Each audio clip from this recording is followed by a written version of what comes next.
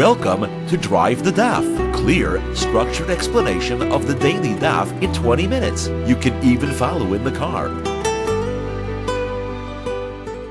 The Shabbos Daf Pei Ches begins by continuing the discussion between the Rabbanan and Rabbi Yosi as to what the day of Matan Torah was, whether it was the 6th or the 7th of the month of Sivan. And we'll bring two additional proofs. That'll end that discussion, but will lead us into a series of statements of Agada relating to describing the Jews' experience at Har Sinai. So we'll have a number of very famous Gemaras here concerning what they went through and how the experience went, and it will end with the description of Moshe Rabbeinu's conversation with the Malachim in Shomayim. So let us begin. First of all, we have two more proofs relating to the machlokes between the Rabbanan, who said that Rosh Chodesh Sivan, the year of Matan Torah, was on a Monday, and the Torah was given on Shabbos. So there are only one full day of separation between the men and the women, and that was Friday. And the opinion of Rabbi Yosi, who says that Rosh Chodesh was on Sunday and Matan Torah was on Shabbos, and therefore there were 2 full days of separation between the women, Thursday and Friday. So the Gemara first has a proof to the Rabbanan, and then the Gemara has an internal contradiction in Rabbi Yosi. So the proof is as follows: as a brayso in Seder Olam, which kind of gives the history of the time, which says as follows. It says that the year that the Jews left Mitzrayim, the 15th of the month of Nisan was on a Friday. Now, if the 15th of Nisan was on a Friday, it means the 1st of Nisan was on a Friday. The 1st of Nisan was on a Friday, that means that the 1st of Sivan was on a Monday, because we had to have a Shabbos and Sunday in between.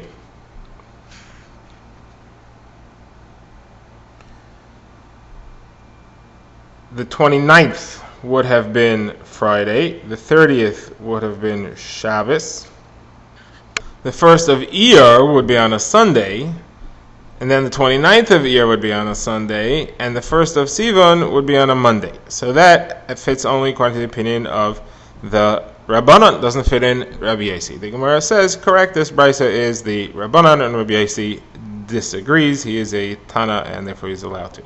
Now the Gemara has an internal contradiction in Rabbi Yosi of a proof from a brayso which was clearly stated by Rabbi Yosi that the Torah was given on the 6th day of Sivan, and that's as follows. The brayso says that Moshe Rabbeinu went up Har Sinai and came down Har Sinai on the 2nd day of the month of Sivan, and on the 3rd day of the month of Sivan. On the 4th day he came down and didn't go up again. The Gemara says, well, he went up and then he came down, and then he didn't go up again. On the 5th day he built a Mizbeach, and on the 6th day he didn't have time to do anything. So the Gemara says, why not? Obviously the 6th day was the day of Kabbalas Torah. That's why he didn't have time to do anything else. The Gemara says, no, the 6th day of Sivan was not Kabbalas Torah. The 7th day was. The 6th day he was getting ready for Shabbos. It was also a Friday. Rosh Chodesh was on a Sunday. The 6th day was on a Friday. He was getting ready for Shabbos. That's why he didn't have time to do anything else. Okay, now the Gemara launches into a number of Gemaras describing the revelation at Har Sinai. The Gemara first has one statement and then a few very famous Gemaras. So the Gemara says that a Gilila says in front of Rav Chizda, Brich Rachmana, blessed is Hashem, who gave a lot of things in thirds. Our Torah is in 3 parts, Torah, Nevi'im, Miksuvim. To the people who are in thirds, Kohanim, Leviim, Yisraelim. To the person born third, Moshe, who had an older brother and sister. On the 3rd day of separation of the man from the women, and on the 3rd month of the year. Lots of thirds there, and this obviously goes according to the Rabbanan, who said that there were 2 full days of separation. Okay. Next. The Gemara says, it says in the pasuk describing Vayisiatzu b'tachta sahar, and they stood at the foot of the mountain, but it literally means they stood under the mountain. Rav Dimi Bar Chama Bar Chasa says it means that Kadosh Baruch Hu picked up Har Sinai and held it over them like a barrel, and he said, if you'll accept the Torah, good. If not, dropping the mountain, and that will be your grave, all of you. So Gemara says, Rav Yaakov says that here is a strong objection to the Torah. People can always say, I didn't keep the Torah because I was forced. I didn't really accept it. This is not to say that people aren't obligated to keep the Torah. We definitely are obligated to keep the Torah, but one could have an excuse for some of his mistakes. So the Gemara says, no, that's no excuse, because the Jews later accepted it again willingly in the days of Achashverosh, like it says, Kimu v'kibla Yehudim. The Jews kept and accepted. They kept what they had accepted earlier, which was the Torah they accepted at Har Sinai. The Rishonim give a number of explanations why the Jews are chayav in mitzvahs anyway, despite this having been held over their heads. Okay. Now, next, Chizkiah says, what does the pasuk mean when it says Meshamayim Mishmat Din Eretz Yarav V'Shakata? You announced the Torah from the heavens. The earth was calm and afraid. It was afraid and calm. Which is it? Calm or afraid? So the Gemara says the beginning, before Klal Yisrael accepted the Torah, the earth was afraid, and then afterwards it was calm. Why? Because Hashem said that if the Klal Yisrael will not accept the Torah, all of existence will be returned to non-existence. How do you know that? It says Vayer Vayivaker Yom Hashishi. What's the extra hay? It was evening. It was morning, the sixth day. Why the sixth day? The definite article. They're referring to the sixth of the month of Sivan when the Torah was given. And Hashem said, all this creation is dependent on Klal Yisrael accepting the Torah, which will happen on the 6th of the month of Sivan. Otherwise, the world will return to being destroyed. That's why I was afraid until the actual acceptance of the Torah happened, and then the earth was calm. Okay, now we talk about the crowns. Rav Simai says, when Klal Yisrael said, Na'aseh v'nishma, they first said, we will do everything it says, and only afterwards they said, we will hear, meaning we're accepting it even without knowing what it is. So 600,000 Malachei Ashares, angels, came to each Jew, and they tied 2 crowns upon his head, one for Na'aseh, one for Nishma. But then came the Egel, the sin of the golden calf, and 120,000 angels came, and they removed 1.2 million angels came, and they removed all those crowns. Each one took one. They were put on, one for each Jew, but they were taken off, one for each crown. Apparently it's harder to take off crowns than it is to put them on. How do you know this? As it says, Vayisnatzu v'nisol edim ha'charev, and Klal Yisrael were removed of their jewelry, which they got on Har Charev, which refers to these crowns. Okay. Rami Bar Chama, Rabbi Chanina says they were given the crowns on Chorev, which is Har Sinai, and they lost them on Har Chorev. Like it says, V'yisnatzu v'nisol edim ha'charev. Okay, says Rav Yochanan.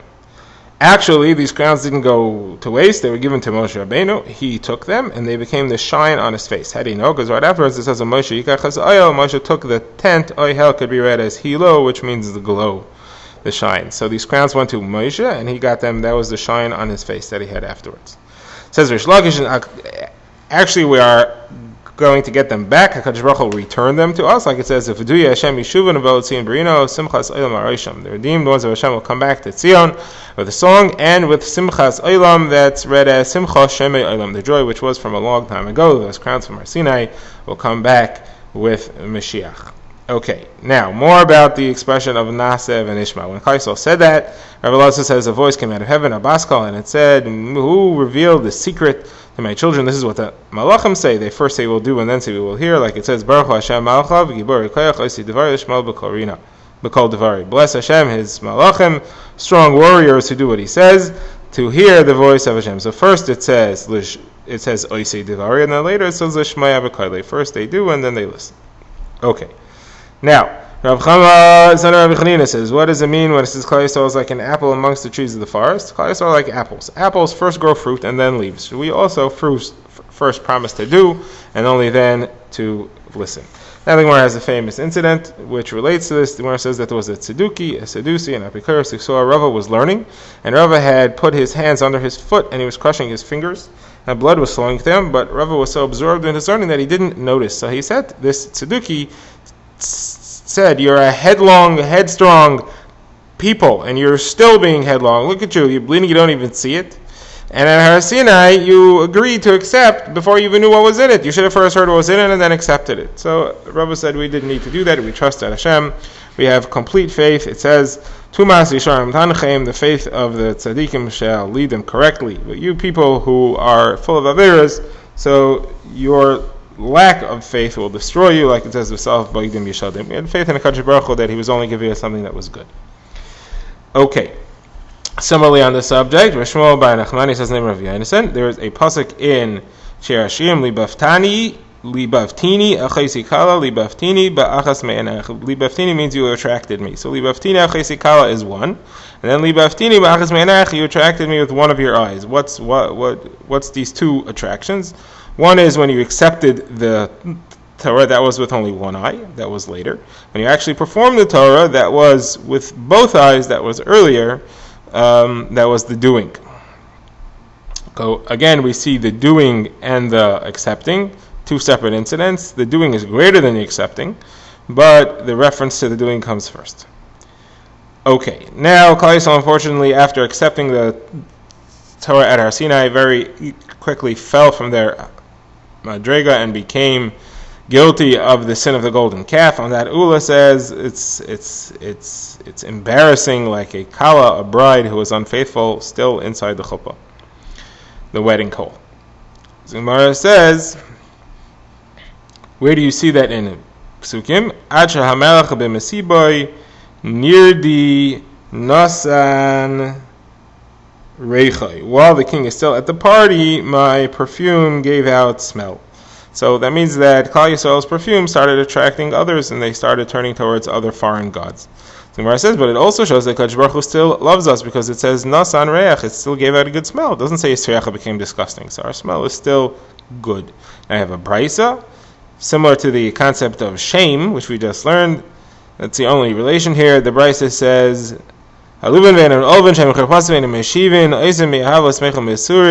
those who hear their insult but do not insult in return. They hear their disgrace, but they don't reply. Those who do God's will out of love and accept suffering with joy. Those people, HaKadosh Baruch Hu says about them, those who love Him are like the sun going forth in its might when it rises. Okay, next. Gemara now has a number of statements about the accepting of the Ten Commandments. First of all, Rabbi Yechanan says, it says in the pasuk in Tehillim, Hashem yitin omer mavasrei tzava. Hashem made a speech, and there are many thousands that are, I don't know about thousands, there are many tzava, many hosts that are hearing it, that are announcing it. So what does that mean?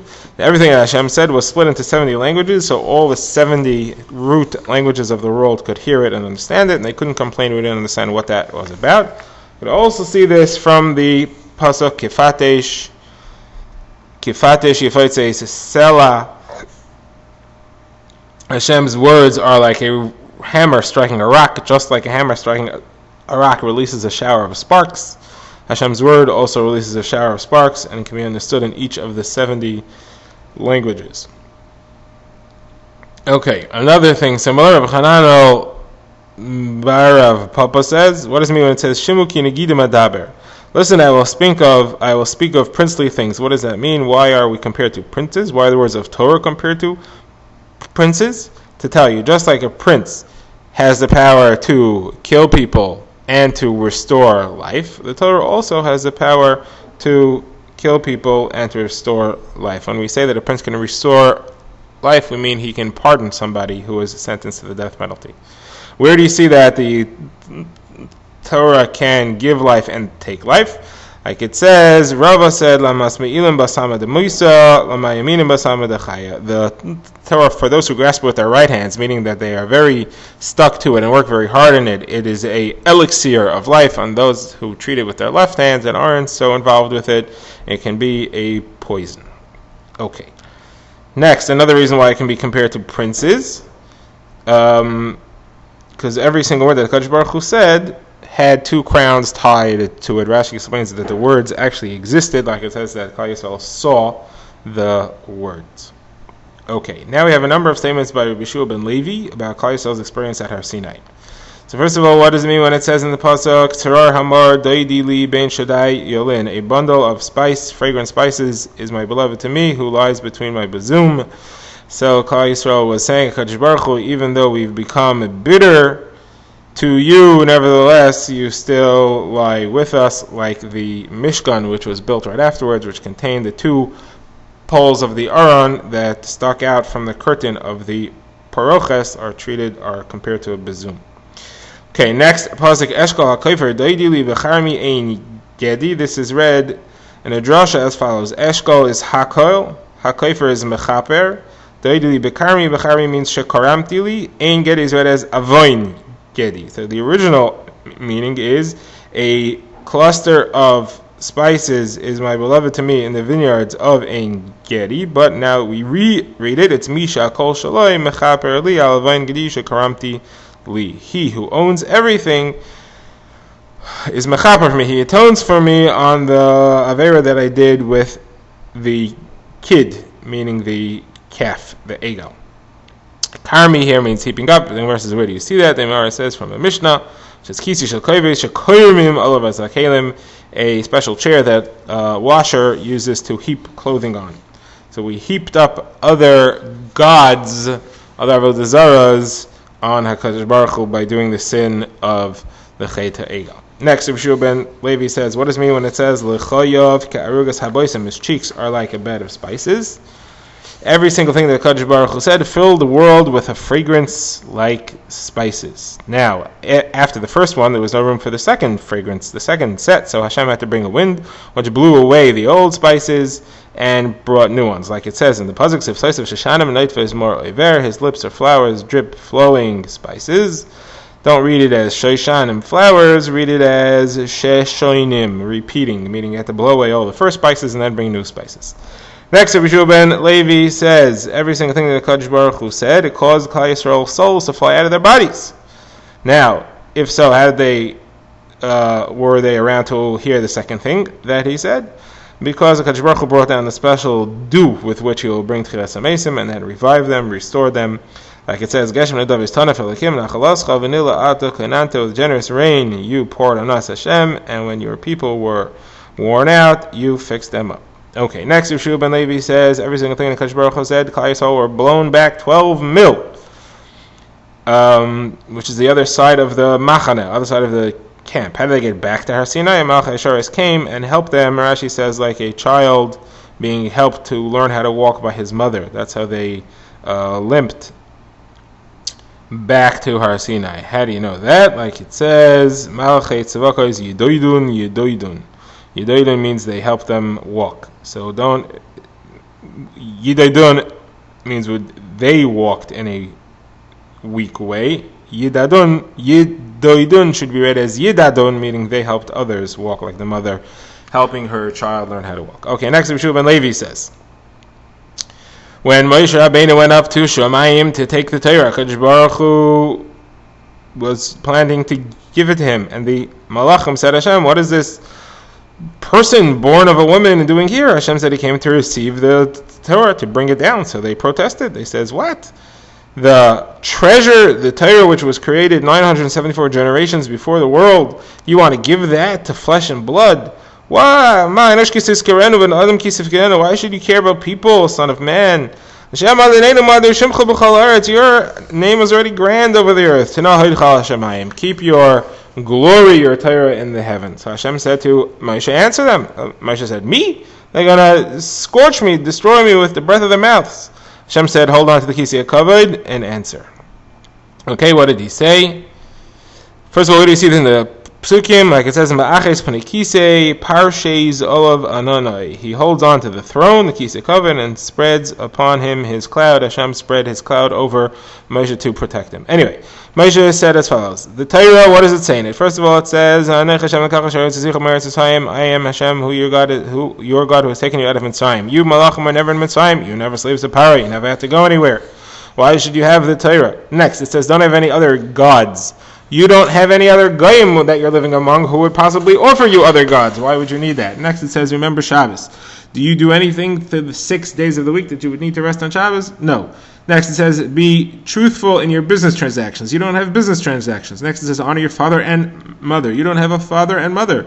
It says, don't kill, don't commit adultery, don't steal. You don't have anything to kill or steal. You don't have anything to be jealous of amongst you. You don't have any Yetzer Hara. So the Malachim immediately agreed, and they said to HaKadosh Baruch Hu, the end of the pasuk which they quoted earlier, Hashem Adonenu Ma'adir Shimcha. They didn't say Tenoi Hodcha Ala Shemaim. They left it out, and they also became friends to Moshe Rabbeinu, and they each gave him a gift. Like it says, at least you went up to the heavens, you captured things, and you brought down gifts to mankind. As a reward for them having called you Ben Adam, which was insulting. Even the Malach HaMaves, the angel of the death, gave something, and he told Moshe the secret that if you bring Keteres, it will block me. And that's why when there was a plague in the time of Korach, Moshe Rabbeinu stood between the living and the dead, or he sent Aaron to stand between the living and the dead with a shovelful of Keteres, and that he knew because the Malach HaMaves had told him that secret when he went up to Shemayim to receive the Torah. That is the end of the Drive the Daf is a project of the Grand Woodlands Shul and is presented by Rabbi Yitzchak Landa. Find us on YouTube or subscribe to daily emails by emailing drivethedaf@gmail.com.